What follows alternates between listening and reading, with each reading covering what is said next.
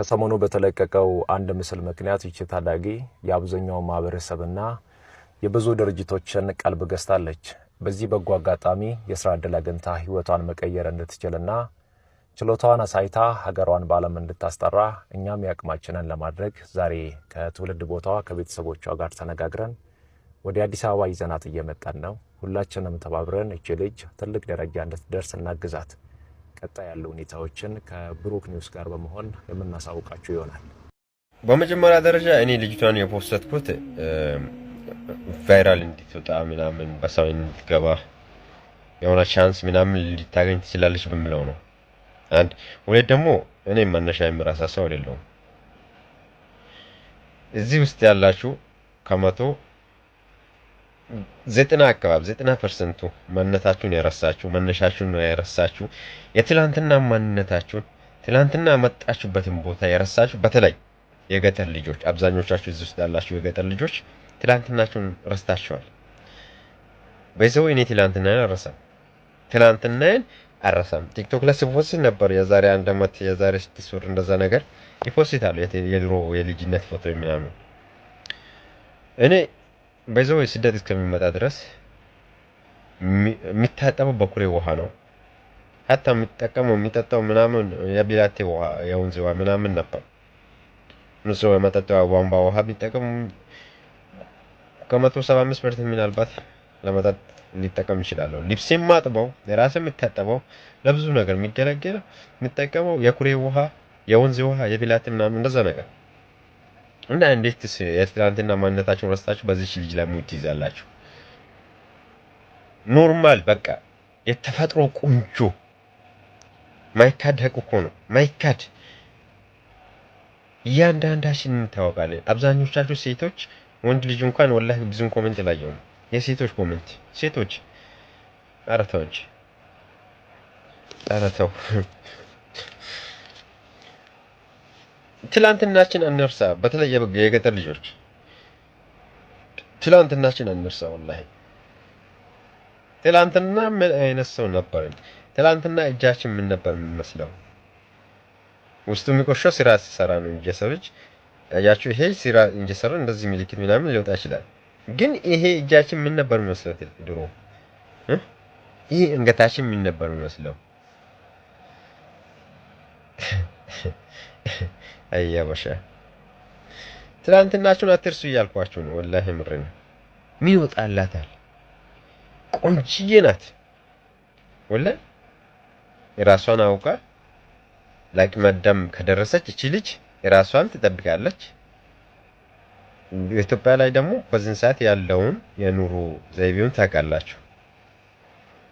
ልብስም ሆን ንጽህናም ምንም እቺ ልጅ የሀብታም ልጅ ብትሆንና ንጽህናም ብትጠብቅ እያንዳንድሽ እዚህ ጋር ፊልተር ተጠቅመሽ የምትወጪ ሁላ ያለ ፊልተር በዚህ ሁኔታዋ ካንቺ ትቦንሳለች፣ እቺ ልጅ ትበልጣለች።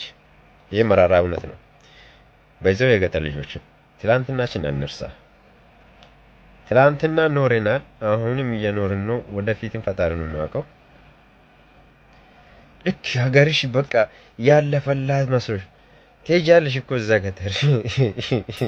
ኧረ እባክሽ አይ ተው የገጠር ልጆች ነቃ ነቃ። ወላሂ ምሬን ነው። እኔ እንዲሁም የፖስተትኩት ቪው እንድታገኝ ብዬ ነው እንጂ ሰው እንዴት ትላንትናውን ረሳለህ?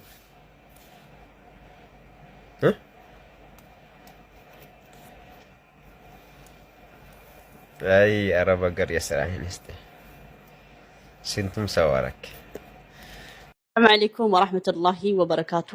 ማመር ሰይድን ሁላችሁም ታውቁታላችሁ። ማመር ሰይድን አላህ ይዘንለት፣ አላህ ይርሐመው፣ ቀብሩን አላህ ያስፋለት።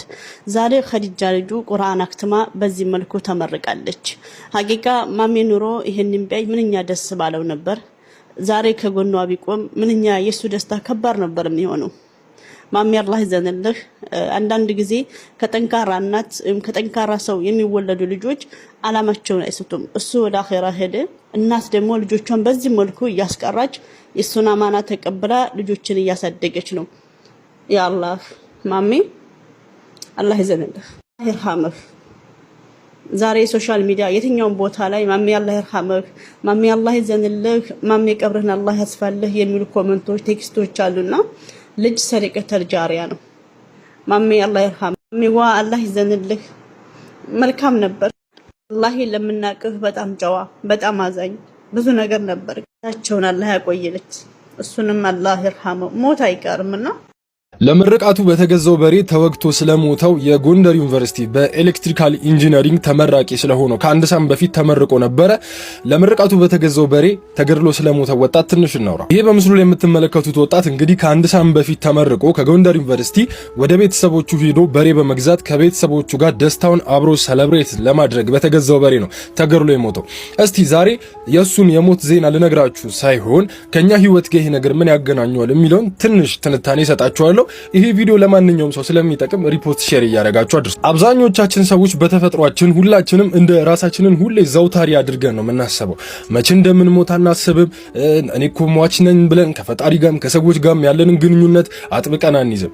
ጌታችን አላህ ምን ይላል? ወማ ተድሪ ነፍሱን ማዛ ተክሲቡ ገዳ፣ ነፍስ እኮ ነገም እንደምትሰራ አታውቅም። ወማ ተድሪ ነፍሱን ቢአይ አርዲን ተሙት፣ ነፍስም በየትኛው ምድር እንደምትሞት አታውቅም ይላል። አሁን ለምሳሌ እኔ ኢትዮጵያ ነው ያለሁት። ኢትዮጵያ ነው የምሞተው ብዬ አስቤ ሊሆን ይችላል። ነገር ግን ማላቀው ሀገር በቃ ጭራሽ ከዚህ በፊትም ኢማጂን አድርጌው ማላቀው ሀገር ሂጄ ልሞት ይችላል። አሁን ይሄ የጎንደር ዩኒቨርሲቲ ተመራቂም እዚህ ደረጃ ለመድረስ ለመመረቂያ ሁሉ አመታት ምን ያህል እንቅልፉን ሰውቶ ሲያጠና እንደነበረ፣ ምን ያህል ከሰዎች ከጓደኞቹ ርቆ ለትምህርቱ ጊዜ ሰጥቶ ሲያጠና እንደነበር ምናቀው ነገር የለም። ነገር ግን ለመመረቅ እርግጠኛ ነኝ በጣም ብዙ መስዋዕቶችን ከፍሏል። ዋናው መልእክቴ ምንድነው? እዚህ ምድር ላይ ስንኖር እንደ እንግዳ መኖር አለብን።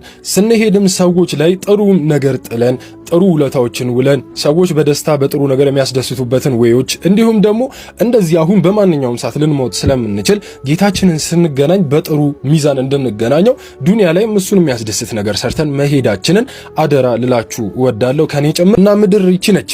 ነገ ከነጎዲያ እንዲያስተካክላለሁ የሚባል ነገር የለም። በማንኛውም ሰዓት ልንሄድ ስለምንችል ጥንቃቄ አድርገን ህይወታችንን አሳምረን ወደ ጌታችን ወደ አላህ እንመለሳለን ለማለት ያህል ነው። ወሰላሙ አለይኩም ወራህመቱላሂ ወበረካቱ።